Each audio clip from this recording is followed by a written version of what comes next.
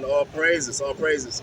This is another beautiful Shabbat. We're out here to bring out the truth of these holy scriptures. We are the Israelites that the Bible speaks of. We're out here to prophesy against this wicked and heathen nation, but to more importantly, wake up you so-called blacks, natives, and Hispanic to your biblical heritage, to your true biblical identity. All right, so we come out here week in, week out, and try to compel our people to simply come back to the laws, statutes, and commandments, thus saith the Lord. That's right. So let's open up with Colossians 3, chapter 16, chapter 3, verse 16 and 17. Good shot. All praises to the Most High. Beautiful day. Hopefully we can compel some of our people to stop in and listen. And this is the book of Colossians, chapter 3, verse 16 through 17. Bring it out. Let the word of Hamashiach dwell in you richly. Khan, let the word of Hamashiach dwell in you richly. In all wisdom, teaching and admonishing one another in psalms and hymns. Khan, in all wisdom, teaching and admonishing one another in psalms and in hymns. Read. And spiritual songs, singing with grace in your hearts to the Lord. Khan, singing with grace in your hearts to the Lord. Khan, so we got to understand that we got to always have a cheerful spirit when doing this work, when dealing with our people, lifting them up and bringing them back to this heritage. Finish it out, King. Verse 17. Khan. And whatsoever ye do in word or deed, do all in the name of Hamashiach, Yahawashi. Khan. Whatsoever you do in word or deed, do all in the name of Hamashiach, Yahawashi, whom the world ignorantly calls Jesus Christ. Read. Giving thanks to Yahawah and the Father by him. Khan. Giving thanks to Yahawah and the Father by him. Khan. All right, so let's open up with the book of Psalms chapter 15. Let's bring that out. Psalms chapter 15. Baba Kashab. God. This is the book of Psalms chapter 15 from the top. Bring it out. Lord, who shall abide in thy tabernacle? Lord, who shall abide in thy tabernacle? That's the question that's being presented here, right? We're going to follow up with a quick precept throughout this short little chapter right here. Let's get 1 John chapter 14 and 23. We got a question being presented. Who shall abide in thy tabernacle? We're going to get that answer right here with repetitive precepts.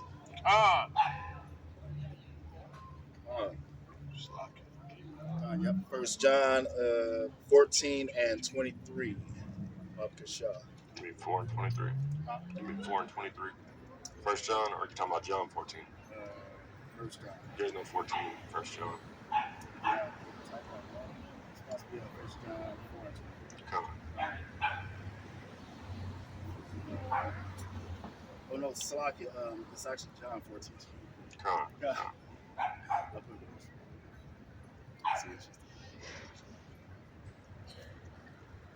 Salaki, that was actually John 14 and verse 23. That was my mistake. All to wah. John 14 and 23. Baba Kasha, whenever you get a chance. This is the book of John, chapter 14, and verse 23. Bring it out. In the words of Yahawashi. Yahawashi answered and said unto him, if a man love me, he will keep my words, and my Father will love him. If a man loves me, he will keep my words, says Yahawashi, whom the world ignorantly calls Christ. Read.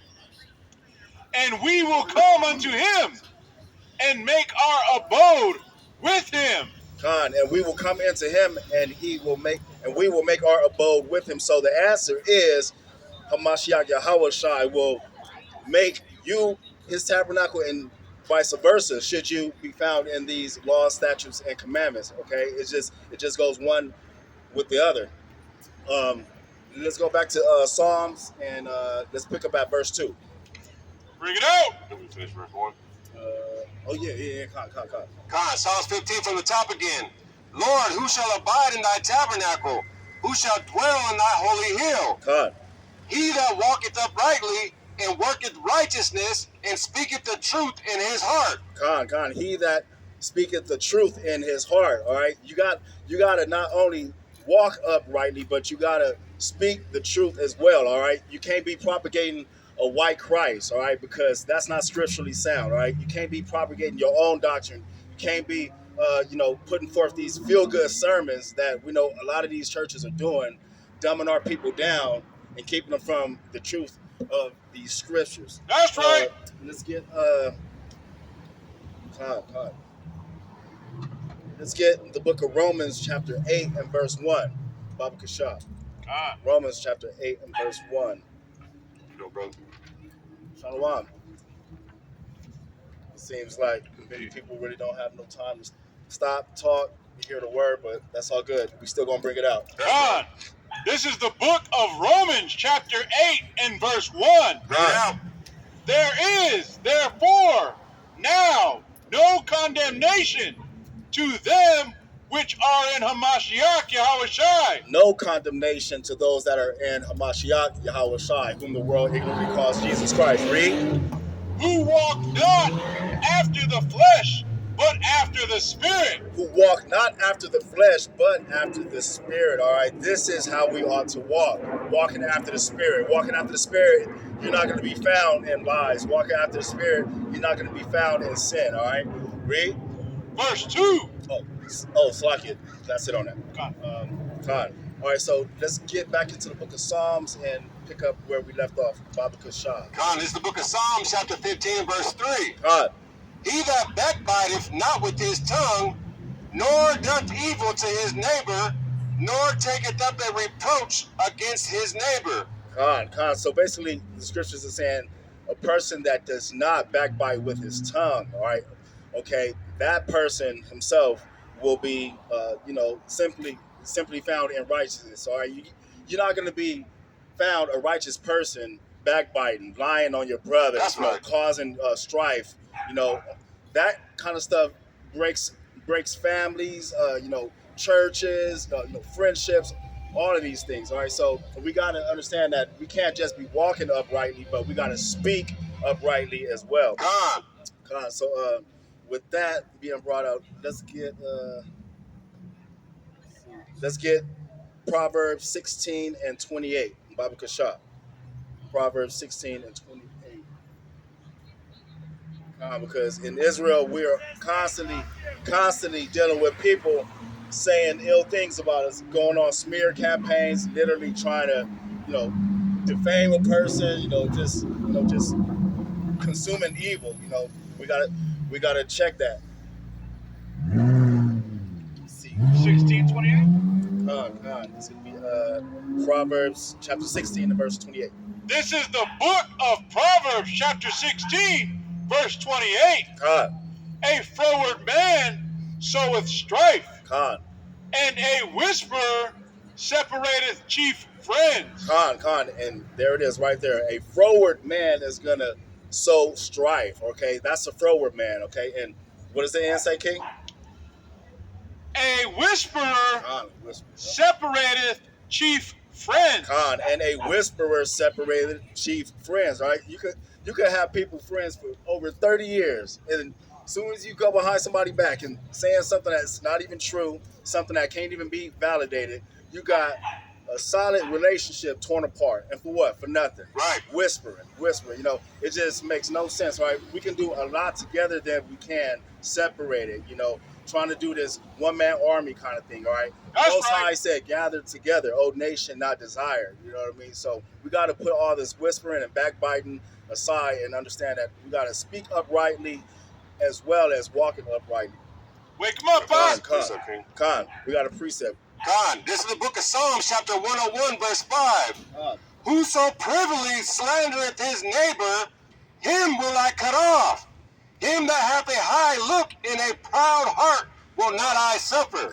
Con, him that slander his neighbor, him he shall cut off. Thus saith the Lord. We didn't write these scriptures. We just bringing out the message, but a lot of times people want to cast stones at us for just bringing out this truth. Well, so be it, right? Because this is the same type of thing that our King himself, Hamashiach Yahawashi, had to endure. All right, so we got to endure this hardness as a good soldier, just like Yahawashi has instructed us to. That's right. Con. So yeah, and let's get another precept. Bring it out. Con. Just let me back on that point. Proverbs, the 3rd chapter, starting at verse 29. Devise not evil against thy neighbor, seeing he dwelleth securely by thee. Strive not with a man without cause, if he have done thee no harm. Con. Strive not with a man without cause. All right? You got to think about it. Some people out there are literally out there to cause division, stir up strife, right? Picking fights, right? We got to stop all of this. If we're trying to build together, let's just do that. Not tear people down so we can build up individual reputation, things like that. That's just not the spirit that we should be rolling in. So, work them up, Art. We got to understand that walking uprightly is reflective of speaking uprightly as well. So, put all that backbiting to the side. God. Please, let's get and the water for that precept. Let's get back to I believe it. Psalms 15, and I believe it's verse 4. God. This is the book of Psalms, chapter 15 and 4. Read it out. Hey, I appreciate you. God bless you. God bless you all for being here. All right. Let me ask you, what is your ethnicity on your father's side? My ethnicity? Yeah. What are you talking about? Your nationality, not your belief system, your nationality, because we're out here to wake up the so-called blacks, natives, and Hispanics, and we just want to make sure that we're, dealing with our people solely. Thus saith the Lord.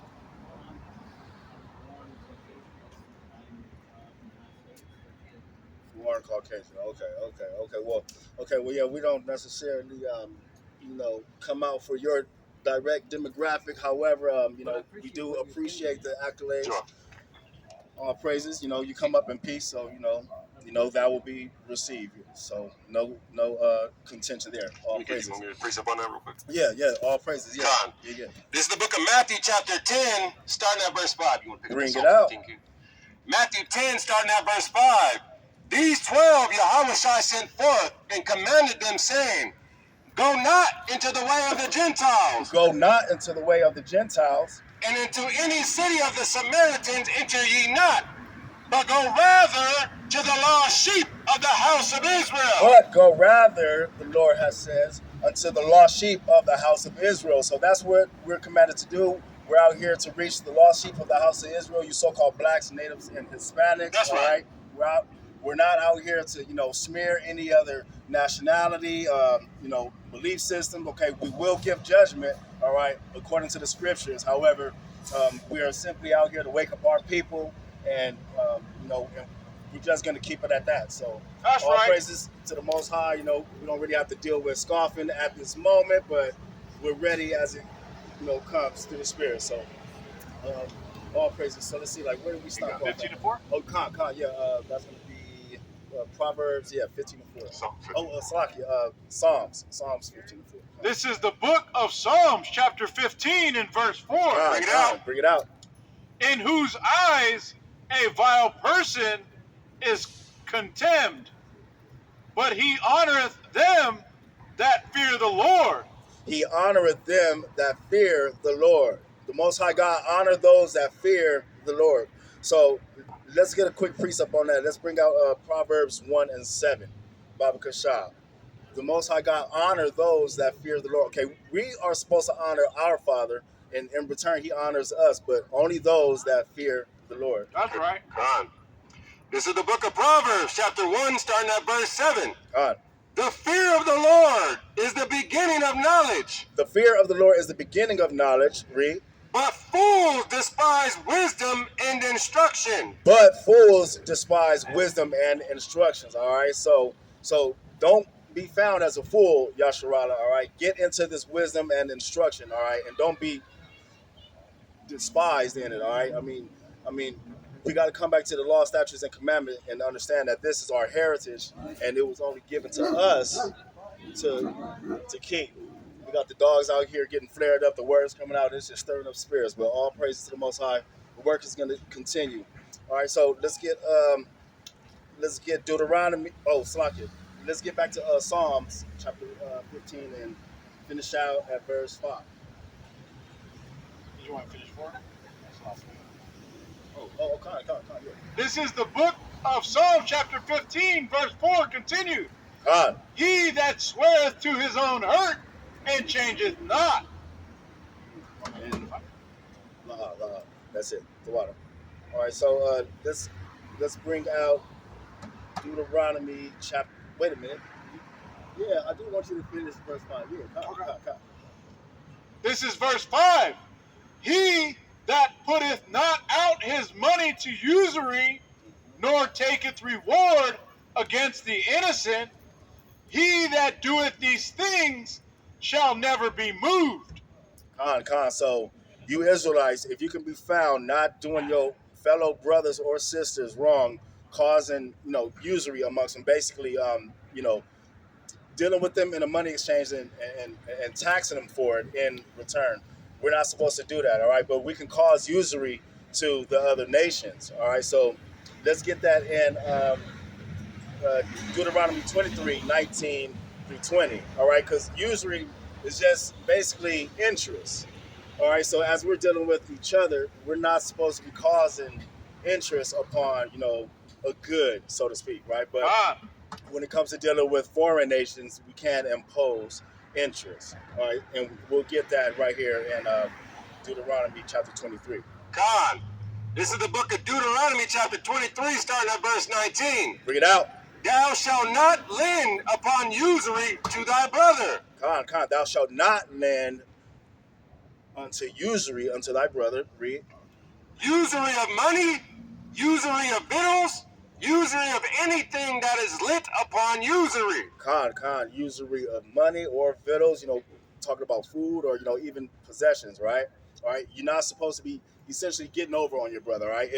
If he asks you to borrow, 2 apples, all right, just ask for 2 apples back, right? Don't tell him that you got to give him back 3, all right? That's not for your people in our nation, you so-called blacks, natives, and Hispanics. Hey guys, yes. Why are you preaching the law?